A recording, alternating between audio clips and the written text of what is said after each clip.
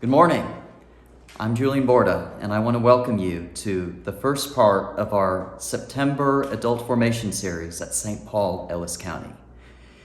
For this series, what I want to look at is our identity as St. Paul, Ellis County. Who are we? What makes us who we are as a church?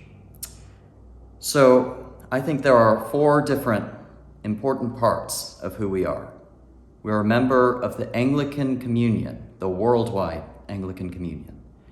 We're a church in the Episcopal Church of the United States of America. And we are a church in the Episcopal Diocese of Dallas. And we are St. Paul, Ellis County. We are entirely unique as a church.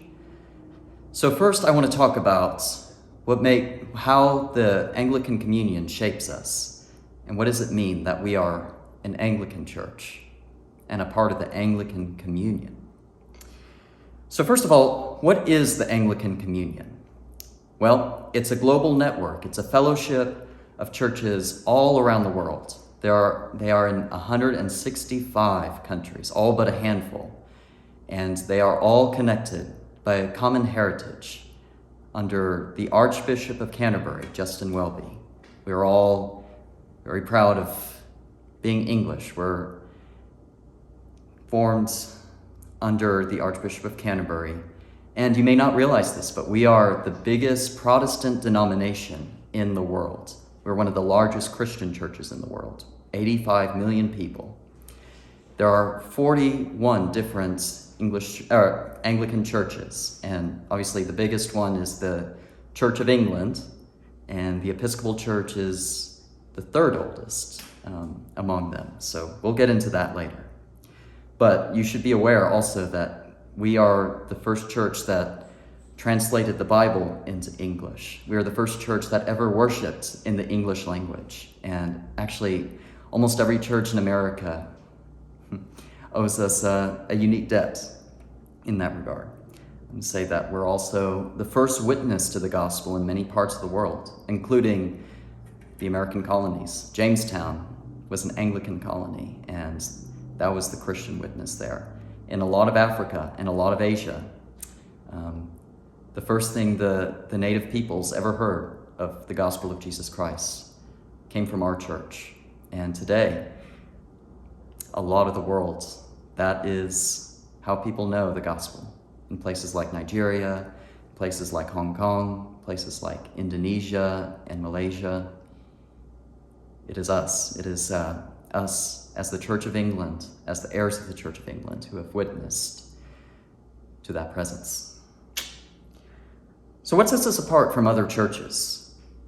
Well, I would like to say that the best way to understand the Anglican Communion comes from something that Jesus said in the Gospel of Matthew, chapter 13, verse 52.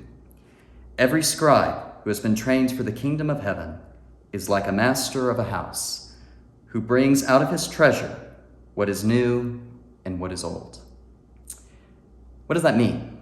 So for us, I believe that at St. Paul and throughout the Anglican Communion, you will find a really beautiful heritage.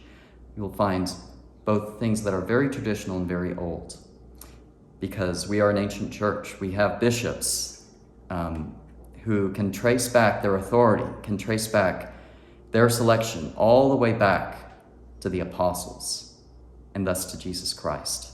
Their authority as bishops in the Anglican Church is traced back to the apostles, and that is a very special thing.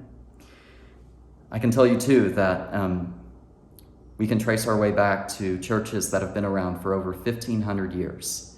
In fact, when I went to England, I got to visit a church that was founded in the year 520 AD, St. Senans in Cornwall, and it was just incredible to realize we're part of a tradition that has been around more than 1,500 years, 2,000 years in a lot of ways.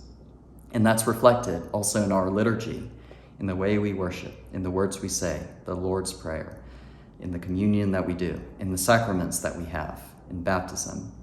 Everything is part of something ancient.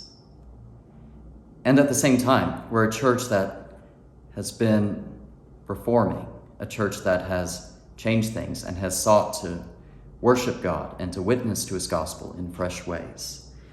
And so you can see that in our Book of Common Prayer.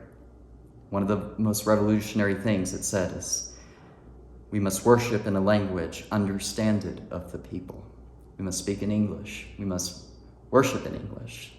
And that was a big change. I would say that we have continued to live into that heritage of saying, how do we worship today? And at St. Paul, we've changed the liturgy to reflect the change in our times. We have changed the style of music that we have. And we have changed the church building that we have to reflect this change, to say we are preserving something beautiful and ancient. And at the same time, we are worshiping God and we are testifying to his gospel, to his good news in new and fresh ways. And so, like that scribes for the kingdom of heaven, we are worshiping him in what is old and in what is new. I hope that's a helpful introduction to being a member of the Anglican Communion. There's a lot more to learn and there's a lot more to discuss. And I just hope this can be the starting point of a conversation at St. Paul about how we worship in the Anglican Communion and how beautiful a thing it is that we are members of the Anglican Communion. God bless you all, and I look forward to seeing you next week. Bye-bye.